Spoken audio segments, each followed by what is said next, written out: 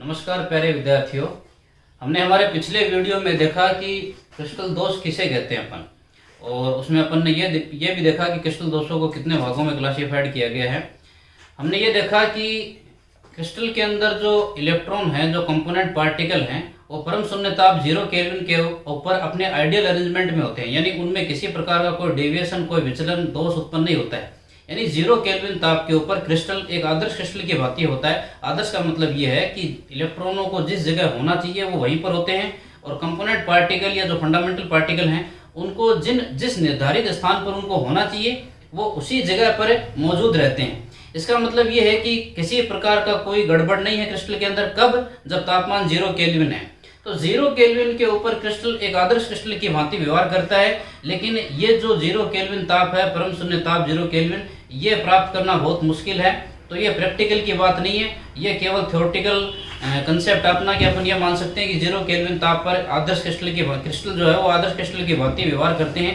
0 kelvin ताप प्राप्त करना हमारे लिए सामान्य तौर पर पॉसिबल नहीं है। लेकिन हमारे जितने भी क्रिस्टल हैं हमारे पास, वो हमारे रूम टेम्परेचर पर होते हैं।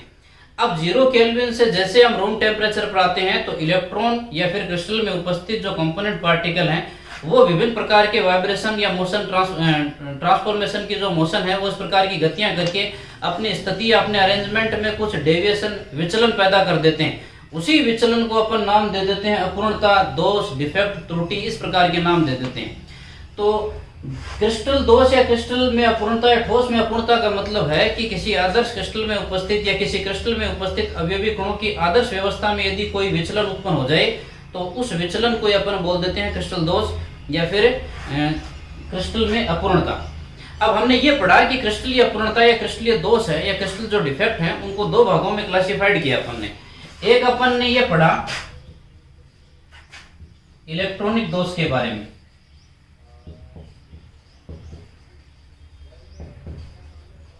और दूसरे प्रकार का जो दोष है वो है परमाणुीय दोष।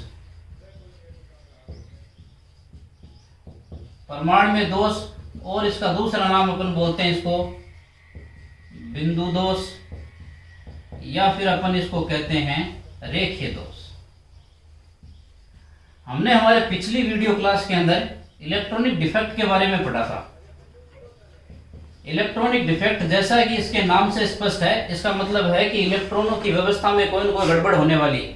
परम शून्य ताप 0 केल्विन के ऊपर इलेक्ट्रॉन अपने बॉन्डिंग ऑर्बिटल में रहते हैं, और जैसे अपन टेम्परेचर बढ़ाते हैं तो इलेक्ट्रॉन लोअर एनर्जी लेवल से एनर्जी पाकर के कहां चले जाते हैं? एंटी बॉन्डिंग ऑर्बिटल में चले जाते हैं, जो कि फ्री हो जाते हैं। यानी बंद निर्माण में पहले इलेक्ट्रॉन बंद निर्माण में पार्टिसिपेट कर रहे थे, और जैसे ही उनको एनर्जी मिली वो एनर्जी लेकर के नॉन बॉन्डिंग इलेक्ट्रॉन या एंटी बॉन्डिंग इलेक्ट्रॉन जो ऑर्बिटल है उनमें चले गए, और एंटी बॉन्डिंग इलेक्ट्रॉन फ्री हो गए। और लेकिन जहां से इलेक्ट्रॉन निकल के गया उस जगह एक पॉजिटिव होल बन गया।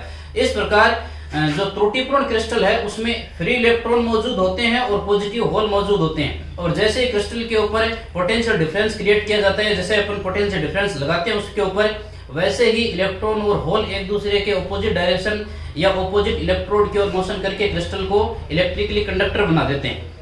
तो इलेक्ट्रॉनिक डिफेक्ट के बारे में हमने पढ़ लिया था। जैसे अपन ने एग्जांपल में भी देखा कि सिलिकॉन का जो क्रिस्टल है जिसको अपन सेमीकंडक्टर के रूप में काम में लेते हैं, वो 0 केल्विन के ऊपर तो होता है इंसुलेटर, और जैसे अपन उसको रूम टेम्परेचर पे ले जाते हैं उसमें वो इंसुलेटर से क्या बन जाता है?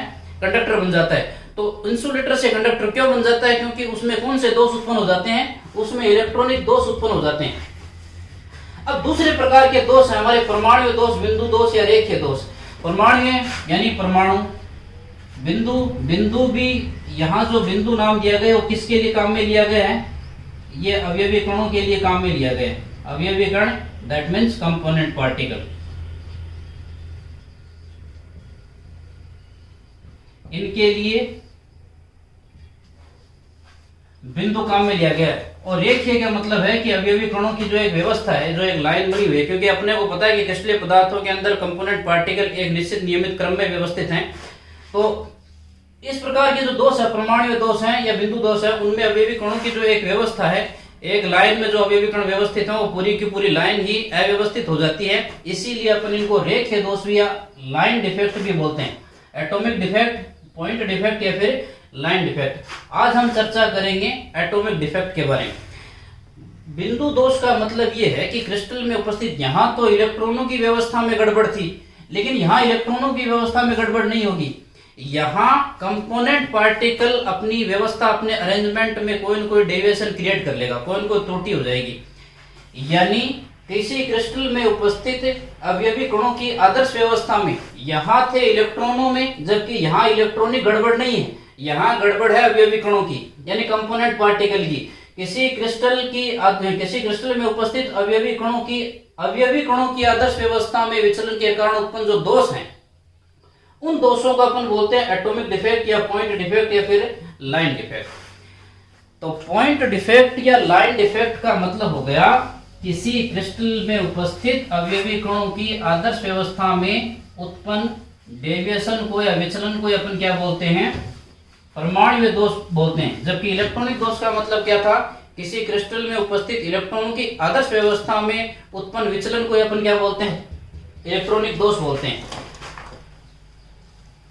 अब ये जो परमाणु डिफेक्ट है, परमाणु दोष है, इसका कारण क्या है, आज अपन चर्चा करेंगे परमाणु दोष के बारे में। परमाणु दोष के बारे या फिर बिंदु दोष।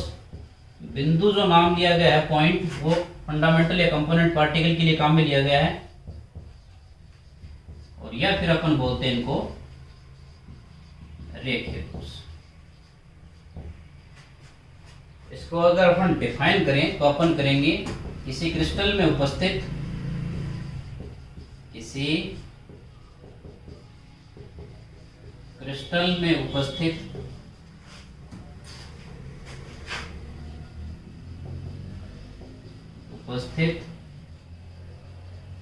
अवयवी कणों की आदर्श व्यवस्था में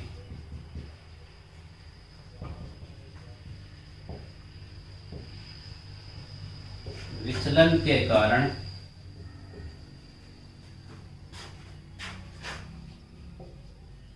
उत्पन्न दोष को ही परमाणुीय या बिंदु या रेखीय दोष कहते हैं।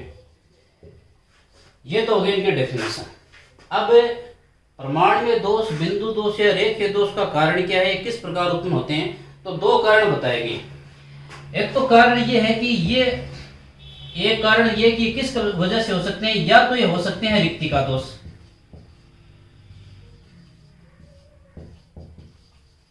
या फिर ये हो सकते हैं अंतराकाशी दोष। इसका मतलब ये है कि रिक्तिका का मतलब है कि जगह खाली हो जाना।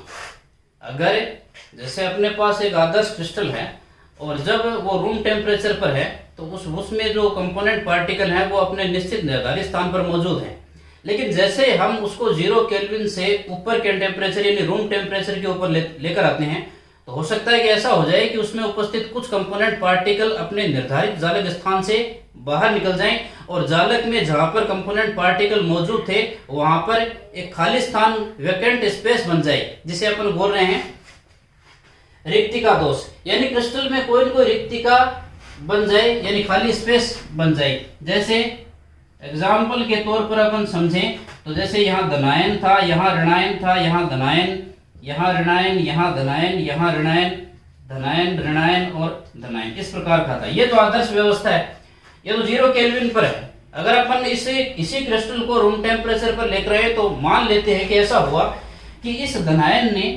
धनायन ने वाइब्रेशन करने शुरू किए और वाइब्रेशन इतने तेज हुए कि ये धनायन अपनी जगह को छोड़ करके क्रिस्टल की सतह पर आ गया, यहाँ गया, और इस क्रिस्टल की विद्युत उदासीनता को बनाए रखने के लिए एक ऋणायन भी अपनी जगह को छोड़ करके क्रिस्टल की सतह पर आ गया।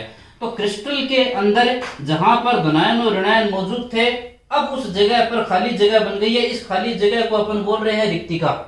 तो अगर इस प्रकार का हो जाए कि कोई कंपोनेंट पार्टिकल अपनी जगह से अनुपस्थित हो जाए, गायब हो जाए, एब्सेंट हो जाए, तो उस दोष को अपन बोलते हैं रिक्तिका दोष।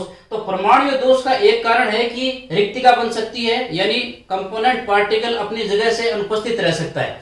दूसरा यह है अंतराकाशी प्रकार के हो सकते हैं, यानी दूसरा कारण है कि जो पॉइंट डिफेक्ट है वो अंतराकाशी प्रकार की भी हो सकती है। अंतराकाशी का मतलब है कि कोई भी कंपोनेंट पार्टिकल क्रिस्टल से बाहर नहीं जाएगा। ऐसा हुआ कि जैसे यहाँ धनायन था, यहाँ ऋणायन था, रूम टेम्परेचर परम शून्य ताप 0 केल्विन के ऊपर आइडियल अरेंजमेंट था कंपोनेंट पार्टिकल का, लेकिन जैसे हमने तापमान बढ़ाया, तापमान बढ़ाने के साथ ही इन अवयवी कणों के बीच में जो खाली जगह थी, इस खाली जगह को अपन बोलते हैं अंतराकाश, इंटरस्टिशियल स्पेस। जैसे ही हमने तापमान बढ़ाया, तापमान बढ़ाने के साथ ही कोई भी कंपोनेंट पार्टिकल ने वाइब्रेशन करके इस खाली जगह में आ गया। जैसे अपन ये मानते हैं कि ये जो ऋणायन है, ये ऋणायन अपनी जगह से कंपन करके इस जगह पर आ गया, यहां आ गया ये ऋणायन। तो इस बार क्या हुआ, इस बार ये हुआ कि कोई भी कंपोनेंट पार्टिकल है वो क्रिस्टल से बाहर तो नहीं गया, लेकिन हुआ क्या, कंपोनेंट पार्टिकल ने अपनी जगह को छोड़ करके अंतराकाश में अंतराकाश में स्थान ग्रहण कर लिया। तो इस प्रकार की त्रुटि को अपन बोलते हैं अंतराकाशी। और यदि कंपोनेंट पार्टिकल अपनी जगह से एब्सेंट रह जाए तो फिर अपन उस दोष को बोलते हैं रिक्तिका दोष। तो रिक्तिका बन सकती है और कोई कंपोनेंट पार्टिकल इंटरस्टिशियल स्पेस इन अंतराकाश में फिट हो सकता है। तो परमाणु या एटॉमिक डिफेक्ट ही उसके दो कारण हैं, या तो वो अंतराकाशी प्रकार का हो सकता है या फिर वो रिक्तिका दोष प्रकार का हो सकता है। अब ये जो दोष हैं,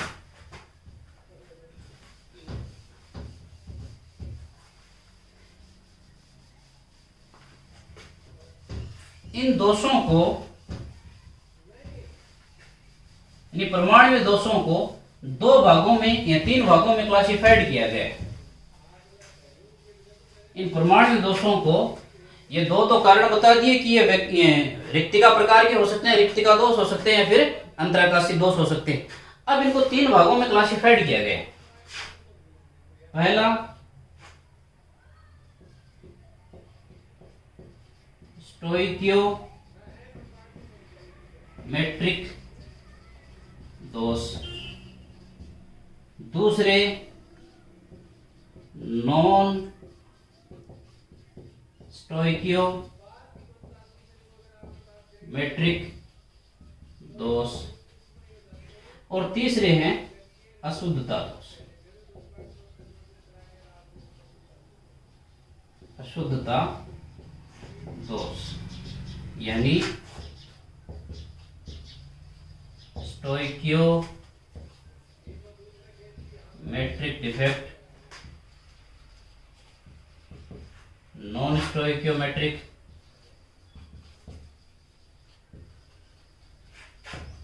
डिफेक्ट, और ये हो गए इम्प्योरिटी डिफेक्ट। स्टोइकियोमेट्री का मतलब क्या है, नॉन स्टोइकियोमेट्री का मतलब क्या है, और इम्प्योरिटी डिफेक्ट क्या है। पहले अपन इन दोषों को जानने से पहले थोड़ा सा स्टोइकियोमेट्री के बारे में चर्चा करेंगे कि स्टोइकियोमेट्री क्या है। वैसे तो मैंने आपको कक्षा 11 में भी स्टोइकियोमेट्री के बारे में बताया है। स्टोइकियोमेट्री का मतलब है किसी कंपाउंड में उपस्थित जितने भी परमाणु हैं, चाहे वो धनायन है चाहे है, उनकी संख्याओं का रेशियो या फिर उनके द्रव्यमान का रेशियो। जनरली इसे अपन उनके संख्याओं के रेशियो से ही रिप्रेजेंट करते हैं। जैसे अपन एग्जांपल के तौर पर समझें, जैसे कि एल्यूमिनियम क्लोराइड का फॉर्मूला है AlCl3। अगर आपको ये पूछा जाए कि यहाँ धनायन और ऋणायन की स्टोइकियोमेट्री कितनी है, तो अपन ये कहेंगे कि एल्यूमिनियम की स्टोइकियोमेट्री है 1 और क्लोरीन की स्टोइकियोमेट्री कितनी है 3, यानी 1:3। सीधा ये रेशियो स्टोइकियोमेट्री का। और यदि मैं ये कहूँ जैसे अमोनिया है NH3, नाइट्रोजन और हाइड्रोजन की स्टोइकियोमेट्री कितनी है, तो अपन ये कहेंगे 1:3। जैसे कैल्शियम क्लोराइड की स्टोइकियोमेट्री की बात करें तो 1:2। ये तो है कंपाउंड विशेष के लिए। यदि कोई केमिकल रिएक्शन की बात करें तो किसी केमिकल रिएक्शन में उपस्थित जितने भी रिएक्टेंट हैं, प्रोडक्ट हैं, उनके मोलों का जो अनुपात है, उनके मोलों की जो संख्या है, वो मोलों की संख्या रिएक्शन की स्टोइकियोमेट्री को शो करती है। जैसे एक सिंपल सी रिएक्शन लेते हैं अपन, nitrogen react with hydrogen, 1 mole nitrogen 3 mole hydrogen के साथ रिएक्ट करके 2 मोल अमोनिया का फॉर्मेशन करती है। अगर आपको ये क्वेश्चन ये किया जाए कि इस अभिक्रिया की स्टोइकियोमेट्री के बारे में बताइए, तो आप ये कहोगे कि इस अभिक्रिया में नाइट्रोजन का स्टोइकियोमेट्रिक गुणांक है 1, हाइड्रोजन का स्टोइकियोमेट्रिक गुणांक है 3 और अमोनिया का स्टोइकियोमेट्रिक गुणांक है 2।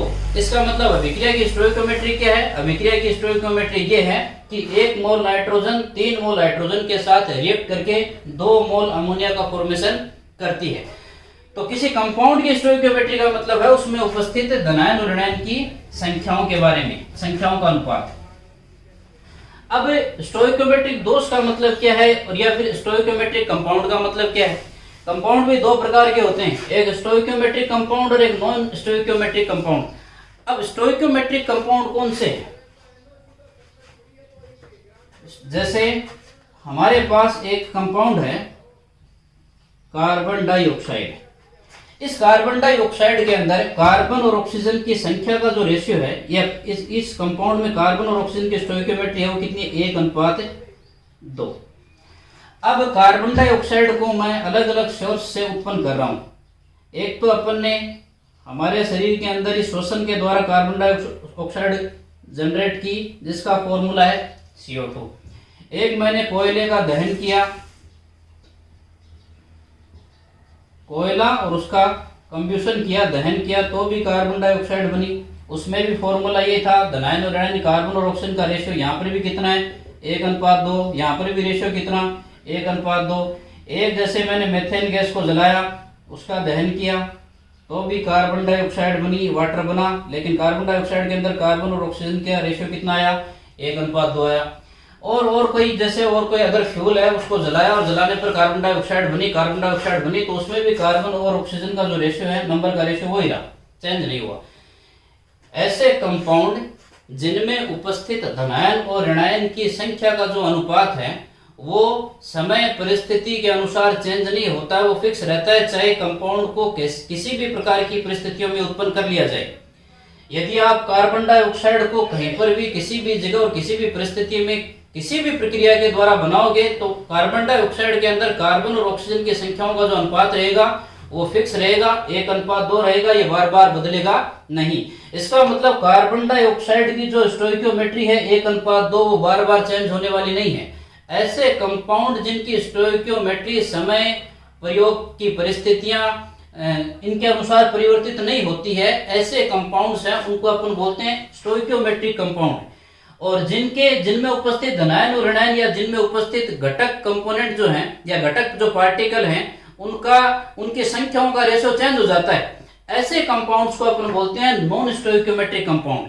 तो कार्बन डाइऑक्साइड हमारे लिए किस प्रकार का कंपाउंड है? एक स्टोइकियोमेट्रिक कंपाउंड है, क्योंकि इसमें उपस्थित कार्बन और ऑक्सीजन का रेशियो समय और प्रयोग की परिस्थितियों के अनुसार परिवर्तित नहीं होगा। चाहे अपन कार्बन डाइऑक्साइड को किसी भी परिस्थिति में बना ले, इन दोनों का रेशियो 1:2 रहना है, वो यही रहेगा, बार बार बदलेगा नहीं।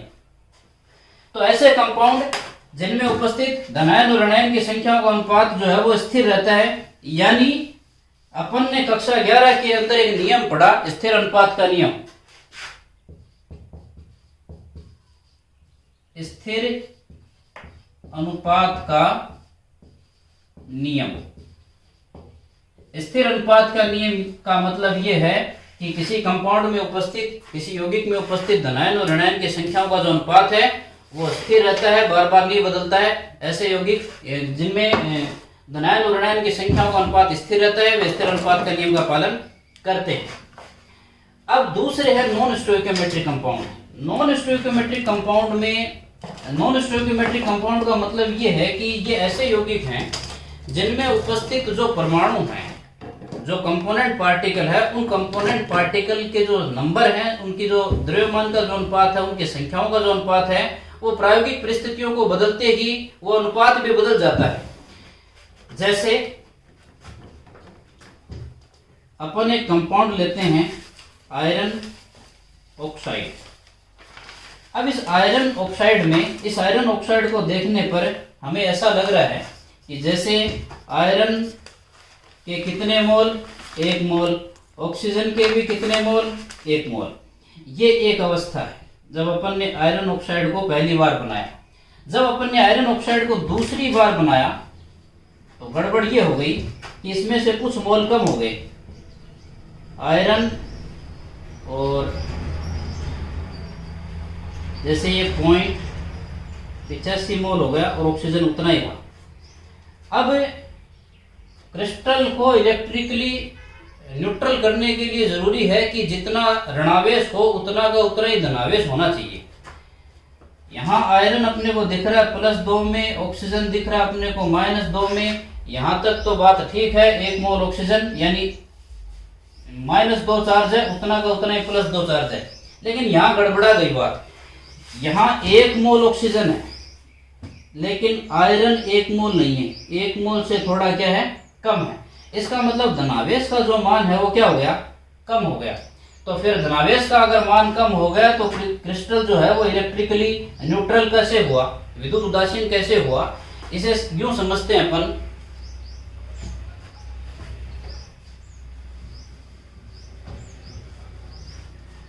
यानी अपन ने जब पहली बार आयरन ऑक्साइड बनाया तो उसमें आयरन और ऑक्सीजन की संख्या का रेशो मान लेते हैं कि 1:1 रहा। दूसरी बार अपन ने जब बनाया तो उन दोनों की संख्याओं का जो रेशियो मान लेते हैं कि ये हो गया 1:1। यानी ऑक्सीजन तो उतना ही रहा लेकिन कुछ आयरन परमाणु है वो गायब हो गए, यानी 1 मोल से कुछ कम हो गए। इसे अपन यूं समझते हैं। नॉन स्टोइकियोमेट्री का मतलब समझ रहे हैं अपन। जैसे आयरन है +2 में, इसके नजदीक O-2, इसके नजदीक Fe+2, Fe+2 के नजदीक O-, Fe+2, O-2, Fe+2, O-2, Fe+2, O-2, +2 और O-2। अब इनकी संख्या 1, 2, 3, 4, 5 और 6। इसी प्रकार ऑक्सीजन की संख्या 1, 2, 3, 4, 5 और 6। ये पहले वाली अवस्था है जब अपन ने आयरन ऑक्साइड को पहली बार बनाया। जब अपन ने दूसरी बार बनाया तो ये तो फर्स्ट अवस्था है। जब अपन ने दूसरी बार बनाया तो ये हुआ कि मान लेते हैं कि एक आयरन ऑक्साइड अपनी जगह से गायब हो गया, O-2, Fe+2, O-2, यहां से एक Fe एब्सेंट हो गया।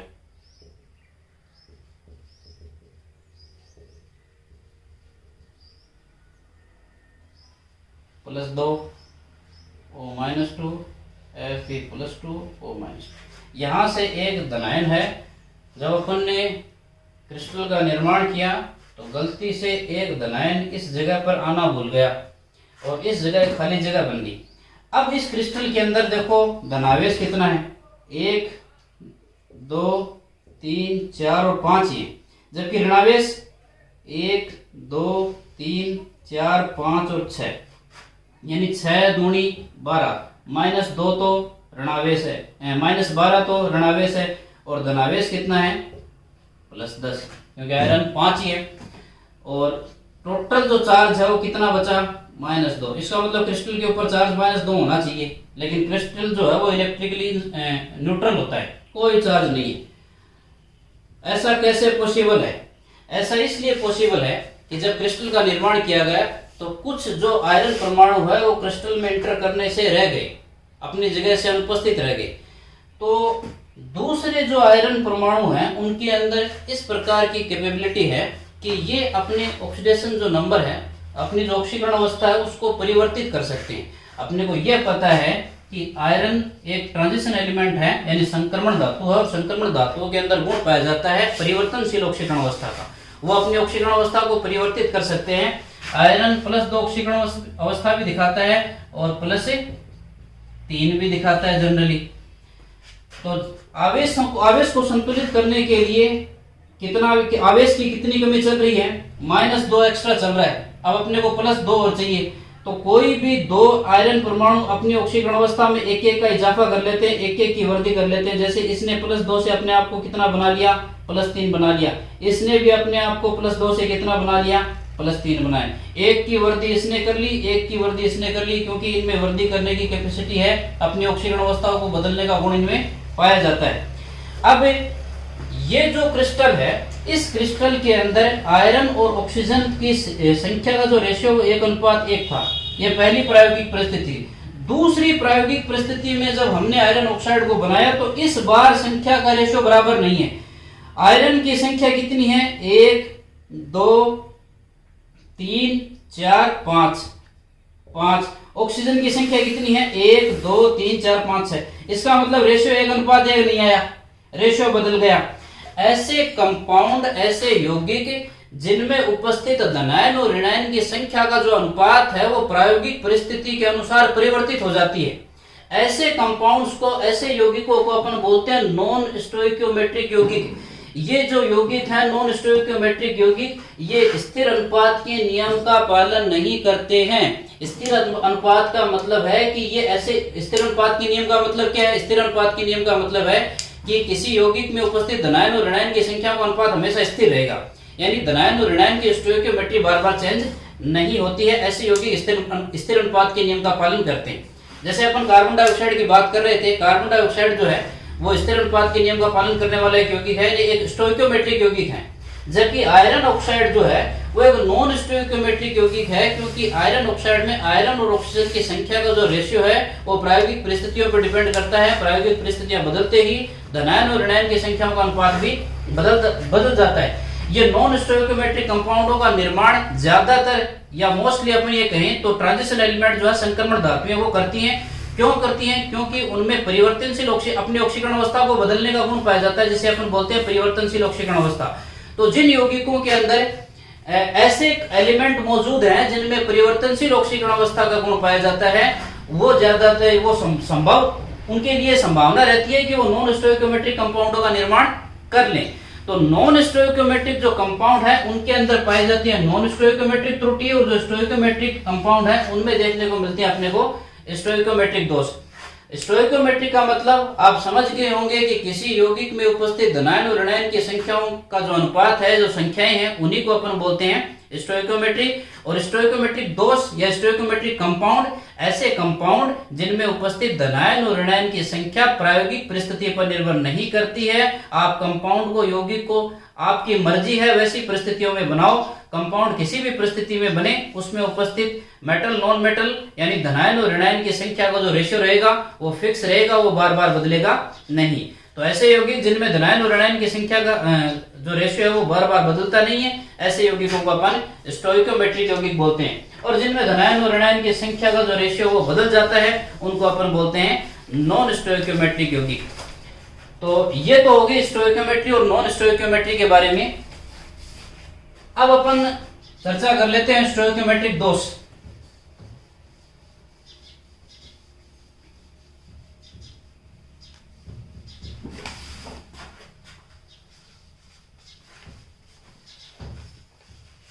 स्टोइकियोमेट्रिक दोष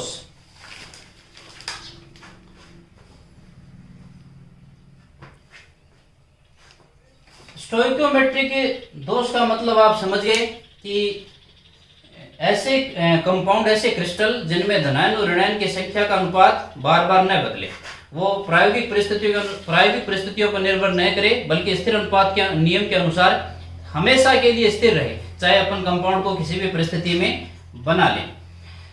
और आई होप कि ये जो वीडियो है ये आपके लिए हेल्पफुल रहा है। अपन स्टोइकियोमेट्रिक जो दोष एंड डिफेक्ट हैं उनकी डिटेल में जो चर्चा है वो अपन अगले वीडियो लेक्चर में करेंगे। आपकी जो समस्या है आप मुझे लिखकर भेज दीजिए, मैं आपकी प्रत्येक समस्या का समाधान कर दूंगा। Thanks for watching.